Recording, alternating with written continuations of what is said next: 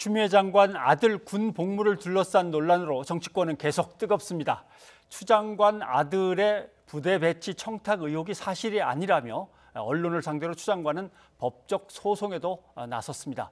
청탁 의혹을 주장한 군 관계자가 이번에 의혹 제기를 주도하고 있는 국민의힘, 그러니까 신원식 의원의 측근이라는 지적도 지금 나오고 있는데요. 최영일 시사평론가와 함께 얘기를 나눠보겠습니다. 어서 오십시오. 안녕하세요. 예, 뭐 얘기가 좀 복잡합니다만은 네.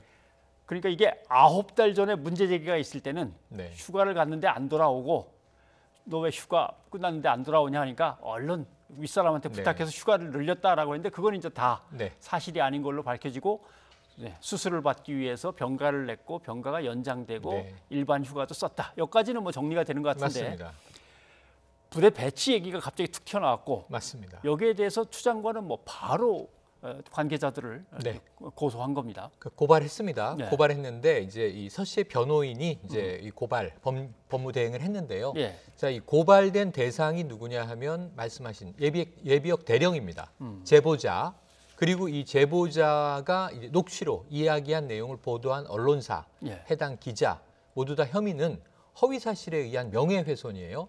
변호인이 밝힌 바에 따르면은 이 추 장관의 아들은 지금 정상적인 생활이 어려울 정도로 굉장히 고통을 겪고 있다 이렇게 이야기를 하면서 이걸 경찰에 고발했습니다.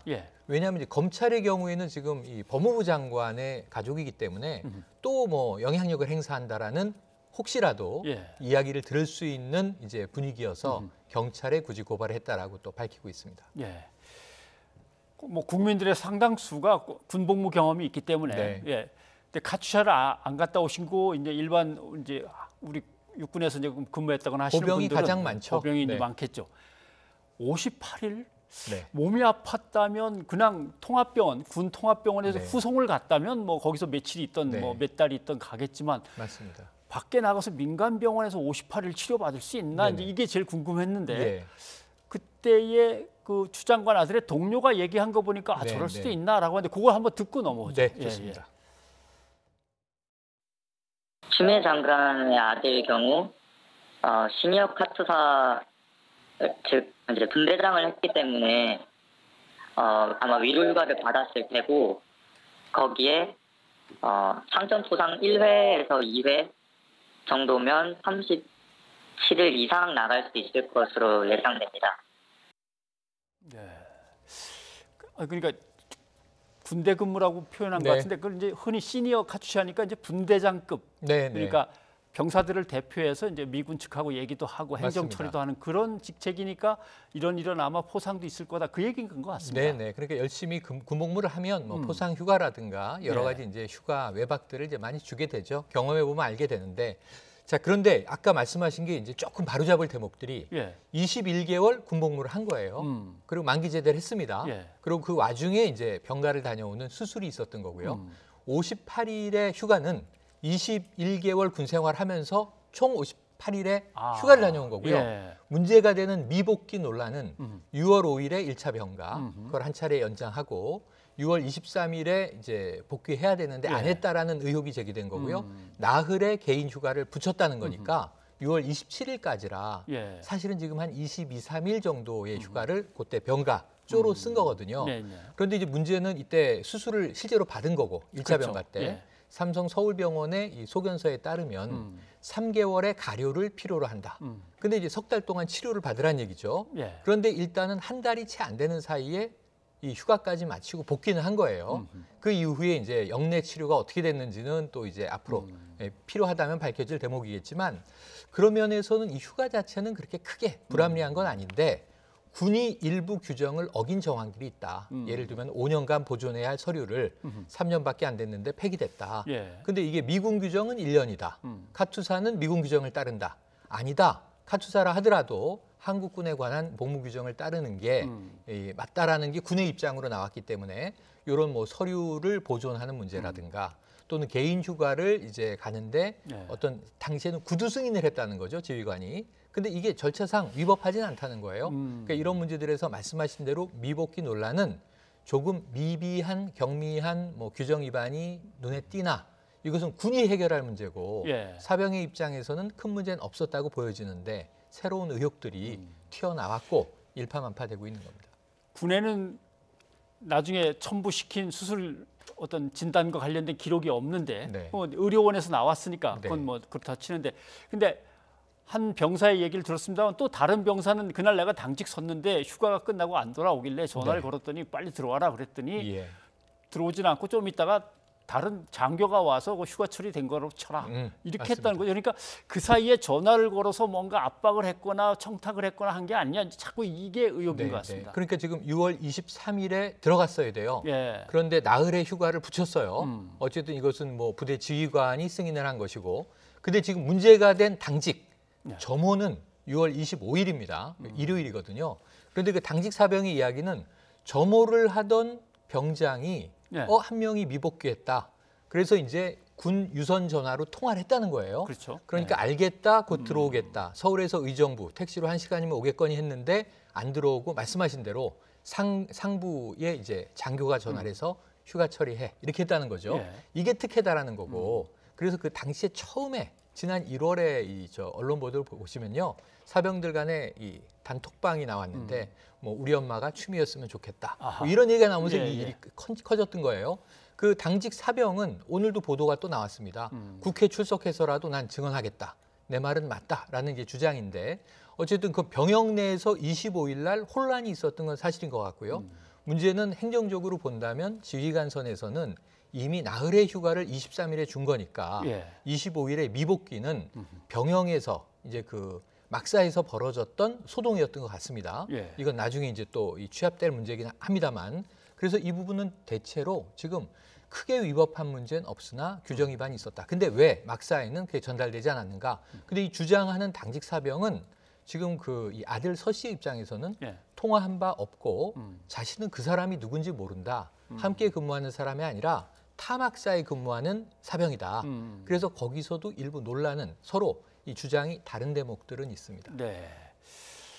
이제 동료 병사는 이런 얘기도 합니다. 근데 우리는 이제 황제 근무라 그래가지고 편하게 지냈다가 이렇게 생각하고 그걸 특혜다 주장을 맨 처음에 했던 것인데, 언론에서는 동료 병사는 무릎을 다쳐가지고 수술한 채로 입대를 했기 때문에 고생 많이 했다라고 하는 거죠. 한번 들어보시죠. 예. 제 기억에 따르면 중대 장관의 아들의 경우 십자인대 수술로 인한 병가로 기억을 합니다. 예. 그런데 이제 부대 내에서 십자인대가 이미 다친 상태로 입대를 한 경우였는데, 예. 이제 십자인대는 그러면 오히려 제 면제 사유이기도 하잖아요. 그렇죠. 예. 그래서 이제 그런데도 왜 이제 입대를 했을까에 대한 의문은 있었는데, 수술하고 입대하고 다시 나와서 수술할 거면 아예 입대를 안 하는 어떤 면제 사유가 되는 거 아니야? 이런 얘기가 많이 나왔습니다. 왜냐하면 과거에 이제 시간이 많이 흘렀습니다만 연예인 등 일부 군을 기피하려는 목적으로 십자인대를 인위적으로 수술해서 면제받은 경우도 있어요. 십자인대 수술이 면제 사유였던 겁니다. 어깨 탈골도 있었고요, 치아도 있었고 이런 문제가 있었죠. 그런데 이게 지금 이 군 복무 중에 휴가 나와서 수술받은 무릎이 아니라 다른 쪽 무릎입니다. 왼쪽 무릎의 십자인대 파열은 군에 입대하기 전에 수술을 받았고 면제 사유가 됨에도 불구하고 현역병으로 입대를 했고 군 복무 중에 다른 다리, 오른쪽 다리에 무릎 수술을 이제 하고 들어가서 또 복무를 한 거고 만기 제대를 했어요. 그러니까 이제 어찌 보면 동료들은 한쪽 야당의 주장은 지금 엄마 찬스 아니냐, 특혜다 이런 거고, 또 지금 다른 이야기들이 좀 나오고 있는 것은 오히려 이 특혜라면은 군을 아예 빼지, 왜 굳이 군을 가서 만기 제대를 하면서 고생을 했을까? 그러면 이게 오히려 정치인인 엄마 때문에 군을 갔다 왔어야 했던 거 아닌가? 그래서 오늘 또 독한 엄마론이 한쪽에서 나오고 있어요. 그래서 어쨌든 군을 만기 전역한 것은 이제 사실이고 그 사이에 있었던 일들이 뒤늦게 지금 의혹 제기가 되고 있는 상황인데, 아마 추 장관은 지금 뭐 새롭게 제기된 청탁 문제들은 아까 고발 얘기 처음에 하지 않았습니까? 문제는 이 자대 배치와 관련해서 지금 의정부 부대에서 근무를 했는데 서울 용산에서 복무하게 해달라는 청탁을 했다는 의혹인데요. 이거는 그런 일은 있을 수가 없고, 그리고 우리 가족들이 그 지휘관과 독대한 적도 없다. 그런데 여기에 대해서는 지금 야당 신원식 의원이 이제 공개한 녹취에 보면 사실은 이 그 사병의 이 서 씨의 아빠와 아버지와 그리고 할머니를 40분 동안 자신이 교육했다. 이렇게 이야기하는 지휘관의 또 녹취가 나와서 무리가 커지기도 했습니다. 이제 그 부분인데, 그러니까 전반기 교육을 받고 이제 후반기 이제 카투샤 교육을 받고 그게 졸업할 때가 되면은 일가 친척 뭐 부모들이 다 그날 졸업하는 장소에 와서 수료식이죠. 수료식에서 박수 쳐주고 뭐 이게 컴퓨터 추첨으로 어느 부대를 가는가도 함께 지켜보고 이렇게 한다는 거 아닙니까? 맞습니다. 그 설명이었다는 건데 거기에 90 넘은 할머니와 그다음에 아버지와 삼촌들이 아마 있었다고 하는데 전해지기는 추장관 가족들만 불러가지고 40분 동안 얘기했다 그러는데 그게 아니다 이거죠. 맞습니다. 추장관은 그 자리에 없었고 말씀하신 대로 아버지, 할머니 그리고 친척들 5명이 참석을 했고 그리고 집체적으로 강당에서 컴퓨터 배정되는 부대 배정을 다 같이 보고 그리고 거기서 한 뭐 40분 내외 정도 집체적으로 병영 생활에 대한 안내를 받았다는 거예요. 그런데 지금 녹취를 보면 마치 이것은 청탁을 했고 자, 용산으로 보내주십시오라는 청탁이 따로 있었고 따로 이 그 아버지와 할머니를 놓고 40분 동안 지휘관이 이런 청탁은 안 됩니다라고 호된 이야기를 한 것으로 들리거든요. 근데 신원식 의원이 추 장관 쪽에 이제 반격에 대해서 이게 여럿이 함께 있었는지 따로 있었는지는 확인되지 않았다. 이렇게 이제 한 발 물러서긴 했습니다.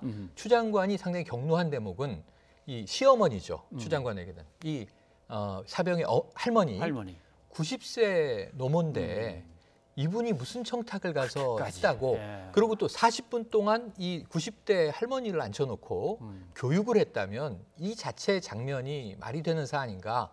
그래서 이런 일은 이제 존재하지 않았다고 반격을 하고 있습니다. 근데 국민의힘 이제 폭로를 주도하고 있는 신원식 의원하고 그 자기가 교육시켰다고 증언한 그 사람하고 특수관계라는 거 아닙니까? 아무튼 예비역 대령이죠. 여기 이제 추가로 된 의혹이 하나 더 있는 게 2018년 2월 평창 동계올림픽 때 카투사 중에서 한 60명 정도를 통역병으로 이제 차출을 해요. 선발을 해서 보내게 되는데 여기도 뭔가 또 청탁이 있었다는 의혹이 하나 추가 제기돼 있습니다. 그런데 바로 이 문제의 예비역 대령 지금 이제 이 단독 보도들이 나왔는데 보니까 신원식 현 의원이 이 군 장성 출신입니다. 중장제대 했기 때문에 3스타인데요. 2스타 소장 무렵에 2010년부터 2011년까지 3사단장을 지냅니다. 그러니까 3사단장을 지내는데 바로 예비역 대령은 그 당시에 사단장의 참모장이었다는 거예요. 참모장. 사단장과 참모장의 관계는 그야말로 특수한 관계입니다. 뭐 대통령과 국무총리 관계일 수도 있고 그거보다 더 가깝죠. 사실은 대통령과 뭐 이 청와대 비서실장이나 대통령과 핵심 측근 수석비서관의 관계쯤 될 텐데 그런데 이제 그러한 관계로 특별한 인연을 맺었고 지금 이제 신원식 예비역 중장은 국회의원이 돼 있습니다. 야당 의원이. 근데 이 주로 그 추미애 장관에 대한 공세에 주요한 녹취의 핵심 인물. 그러니까 사실은 이제 그 이 미군에 대한 주한미군에 대한 한국군을 관리하고 지원하는 지원단장을 했던 건 사실이에요. 그러니까 추 장관 아들이 카투사로 있을 때 그 위에 한참 위에 이제 단장이었던 건 맞는데 문제는 이러한 청탁에 대한 의혹 제기들은 다소 이 신 의원과의 특수관계 예비역 대령 뭔가 미심쩍지 않는가 하는 또 문제 제기. 전력이 있는 분들이 양심 선언하는 것처럼 폭로를 하는 것처럼 나올 때 항상 좀 얘기를 해줬으면 좋겠어요. 내 부하였었다. 아니면 우리 당의 어느 지역 책임자로 있는 사람이다. 근데 이걸 슬쩍슬쩍 빼고 얘기하면 좀 복잡해집니다. 군 경력만 이야기하면 상당히 지금 이제 대부분의 언론과 여론은 거기에 신빙성을 부여할 수밖에 없지 않습니까? 자, 그나저나 우리 당 대표께서 연설하신 거는 왜 빠지는데 저쪽 당 대표가 연설한 거는 바로 포탈에서 위로 올라가느냐? 그 양반 좀 들어오라 그래라. 여기까지만 일단 이제 문자에서 드러났습니다. 근데 누구를 좀 만나야겠다 이런 게 아니고 좀 들어오라 그래라. 평소에도 들어오라 그랬다는 것처럼 여겨져요. 그래서 오늘 이 윤영찬 의원이 사과를 했죠. 모든 것은 자기 잘못이다. 저는 사과하는 게 맞다고 봅니다. 왜냐하면 말씀하신 대로 문제 제기까지는 어떤 의원, 어떤 정치인도 할 수 있어요. 제가 보기에는 YTN에 여야 또 이제 당을 대표하는 분들이 토론을 하시잖아요. 근데 예를 들면은 이 여권, 야권의 이제 패널이 한 명씩 나와서 토론했는데 헤드라인이 야권 패널의 이 내용만 헤드라인으로 달리면 반대쪽 분이 항의합니다. 항의할 수 있죠.